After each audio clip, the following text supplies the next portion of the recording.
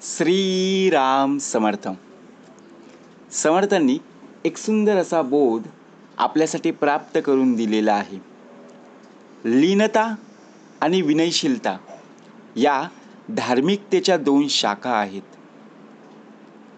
आपण जर पाहायला गेलं, लीनता आणि विनयशीलता एक महत्त्वाचा गुण आहे. जेव्हा तुमची आर्थिक परिस्थिती चांगली असेल तेव्हा साधं आणि विनम्र राहा. आपल्याला काय असतं की आपल्याकडे थोडासा पैसा आला ना, आपल्यामध्ये गर्वपणा, अभिमान या गोष्टी येत असतात. आपल्याकडे पैसा आहे ना, परंतु त्यामध्ये आपण कधी गर्वपणा आणूच नाही. जशी तुमची परिस्थिती असेल ना, त्याप्रमाणे उत्तमतेने वागलं पाहिजे. आपण काय विचार करतो, अरे त्या व्यक्तीकडे नाही आहे, माझ्याकडे आहे, मग ताठमानेने आपण चालतो, परंतु आपण काहीच घेऊन जाणार नाही आहे. का भाग दिलेला आहे? लीनता आणि विनयशीलता, साधेपणा आणि उच्च विचारसरणी हे आपल्यामध्ये असणं आवश्यक आहे. जेव्हा तुमच्याकडे अधिकार किंवा पद असेल ना, तेव्हा अधिक विनयशील राहावं. आपण सहजपणे सामान्य व्यक्ती म्हणून आयुष्य जगत असो, परंतु कुठल्याही पदावर जेव्हा आपण कार्यरत राहतो ना, कार्य करत असतो, तेव्हा खरंच एखादा अधिकार आपल्याला प्राप्त झाला ना, तर तो अधिकार उत्तम प्रकारे टिकावा, उत्तम प्रकारे ते पद आपलं सांभाळतं गरजेचं आहे, असं जर आपल्याला वाटत असेल ना, तर आपल्याला उत्तम प्रकारे राहणं गरजेचं आहे. कारण तुमच्याकडे जो अधिकार आहे, पद आहे, तेव्हा आपला देह हा विनयशील असला पाहिजे, विनम्र असला पाहिजे. नम्रपणा का? कुणाशीही वाद करून किंवा कोणालाही बघा आपण सहजतेने बोलतो, त्यामुळे आपण काय करतो, आपला देह कमी पडला जातो. कारण यामुळे तुमचं व्यक्तिमत्व लोकांकडे बघा, प्रत्यक्षात जर पाहायला गेलं तर लोकांमध्ये समजून येतं. ते व्यक्तिमत्व आपलं उजळून निघलं पाहिजे आणि इतरांबद्दल आदर हा वाढला पाहिजे. आपण तेव्हा कोणाला कमी लेखायचं नाही आहे, की मी या पदावर आहे, माझ्यासारखं दुसरा कोणीही शिकलेला नाही आहे, माझ्याकडे एवढी संपत्ती आहे, तर मलाच हे पद मिळालं पाहिजे, असं नाही आहे. आणि जर तुम्ही मार्ग स्वीकारताय, पद स्वीकारताय, तर प्रत्यक्षात तुमच्यामध्ये विनम्रता ही नक्कीच हवी.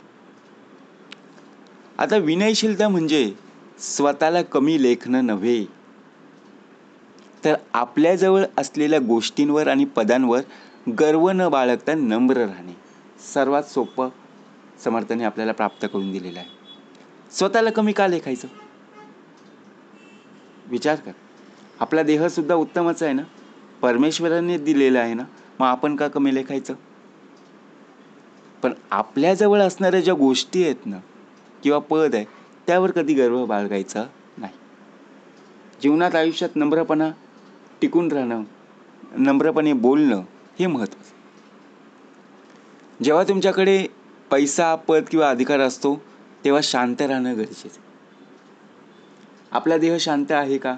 स्वतःने प्रश्न विचारावा. जर आपला देह शांत नसेल ना, तर खरंच मन चंचल आहे. प्रत्येकजण आपल्याजवळ प्रश्न घेऊन येत असतात, त्यांना उत्तर देणं गरजेचं असतं, कारण आपण त्या पदावर आहोत. आपण जर तू मै करत जर गेलो तर नाही होणार. आपल्याला ज्या पदावर बसवलेलं आहे, ते पद बघा उत्तमच आहे आणि त्या पदासाठी अनेक जण प्रयत्न करत असतात, परंतु आपल्यावर जी जबाबदारी दिलेली आहे ना, ती जबाबदारी आपल्याला सांभाळता आली पाहिजे. मग लोक प्रश्न घेऊन आपल्याकडेच येणार ना. आपण त्या पदावर जर बसलेलो असू, दुसऱ्यांकडे कशाला जातील? आता आपण गावामध्ये एखाद्या मुख्य पदावर आहोत, तर गावचं विकास होण्यासाठी गावातली काही बघा प्रत्यक्षात जे काही प्रश्न असतील ते आपल्याकडेच येणार ना, का दुसऱ्या गावात जातील? नाही आहे. म्हणजे सांगायचा मुद्दा काय, तर प्रत्यक्षात आपल्यामध्ये जो शांतपणा आहे तो टिकून राहावा आणि जे प्रश्न आहेत ते आपल्याकडून सोडवण्याची जबाबदारी ही आपली आहे आणि या पद्धतीने आपल्याला काम करायचं आहे. विनयशीलतेमुळे व्यक्ती समाजात अधिक सन्मान मिळवत असतो. आता मान सन्मान सांगायला बघा प्रत्यक्षपणे लागत नाही. का असं आहे की बाबा आपल्याला कोणी मान नाही दिला तर बघा प्रत्यक्षपणे आपला देह रागवतो, मनामध्ये राग येतो की एवढं मी उच्च पदावर आहे आणि मला कोणी विचारत नाही, असं नाही ना. त्याचप्रमाणे विनयशीलता भाग झालं. आता आहे लीनता. लीनता हा शब्द जर आपण प्रामुख्याने पाहायला गेलो तर साधेपणा. आपण काय विचार करतो, अरे माझ्यासारखा मीच, परंतु आपल्यामध्ये साधेपणा असावा. बरोबर की नाही. जशी आपली परिस्थिती आहे त्याप्रमाणे आपण वागणं गरजेचं आहे. आणि त्याचप्रमाणे नम्रता या अर्थाने जर आपण पाहायला गेलो तर नक्कीच आपलं आयुष्य बदललं जाईल. परंतु साधेपणा म्हणजे साधी राहणीमान आणि आवश्यक गोष्टींवरच लक्ष केंद्रित करणं. आपल्याकडून जेवढं कार्य करून घेता येईल ना तेवढं नक्की करायचं आहे, परंतु सर्वांना सामावून घेणं गरजेचं आहे. असं नाही की बाबा आपण कार्य केलेलं आहे, आपण एखादं काम घेतलेलं आहे आणि लोकांकडून करून घेतो. नाही, त्या कामासाठी आपला देहसुद्धा तिथे उपस्थित राहणं आणि त्यांच्याबरोबर काम करणं गरजेचं आहे. बरोबर की नाही. आपण काय करत असतो, अरे नाही तुम्हीच हे काम केलं पाहिजे आणि शेवटी मान सन्मान आपल्याला मिळतो. मग त्याचा उपयोग काय. ज्यांनी काम केलं त्यांना सुद्धा पुरस्कार मिळालाच पाहिजे ना. त्यांच्यामुळे आपलं नाव पुढे गेलेलं आहे. बरोबर की नाही. त्यांनी काम केलं आणि त्याबद्दल आपलं नाव बघा ह्या समाजामध्ये उत्तम असं प्राप्त झालेलं आहे. मग त्यांना क्रेडिट जातं ना. आपण क्रेडिट घेऊन उपयोग काय. भाग आला लक्षात. म्हणून आर्थिक परिस्थिती चांगली असतानाही साधं राहण्याचा जो सल्ला देतो तो विनयशीलतेचा एक भाग आहे. आपली परिस्थिती आर्थिक असो, मानसिक असो, शारीरिक स्थिती असो, ही चांगली असणं खूप गरजेचं आहे. आणि त्याचप्रमाणे विनयशीलता, नम्रता आणि साधेपणा हे गुण प्रत्यक्षात महत्त्वाचे मानले जातात. आणि हे गुण व्यक्तीला अहंकारापासून दूर ठेवण्यात मदत करू शकतात. कुठलाही मार्ग असू दे त्यामध्ये मोठा अडथळा येतो की नाही. एखादं आपण काम घेतलं आणि त्यामध्ये जर अडथळा आला,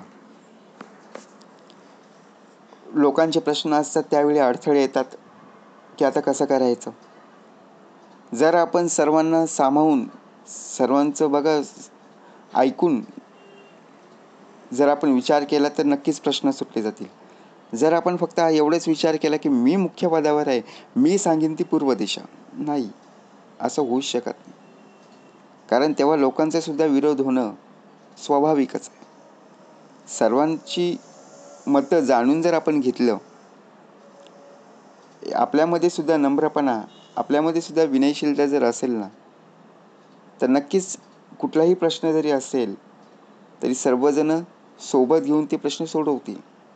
परंतु जर आपण बघा आपण काय विचार करतो, अरे मी मुख्य पदावर आहे, माझ्याकडे एवढी उत्तमाची बघा इस्टेट आहे, प्रॉपर्टी आहे, माझ्यासारखा मीच आहे आणि मी यांना विचारून पुढे जाऊ शकत नाही आहे, तर त्यामुळे मी यांना जर विचारायला गेलो तर ते लोक आपलीच माणसं आहेत म्हणून समजून घेतील. परंतु मी हा वेगळाच आहे या दृष्टीने जर आपण पाहायला गेलो तर आपल्याला बघा ते कमी लेखतील.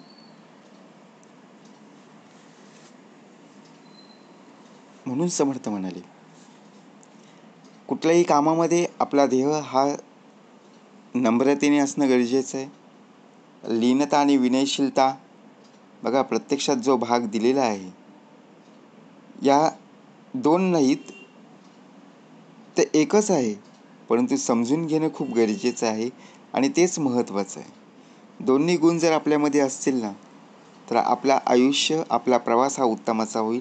म्हणून परिस्थितीमध्ये चांगली असो किंवा वाईट परिस्थिती असो, परंतु आपली साधी राहणीमान, बरोबर की नाही, आणि उच्च विचारसरणी खूप गरजेची आहे. जय जय रघुवीर समर्थ.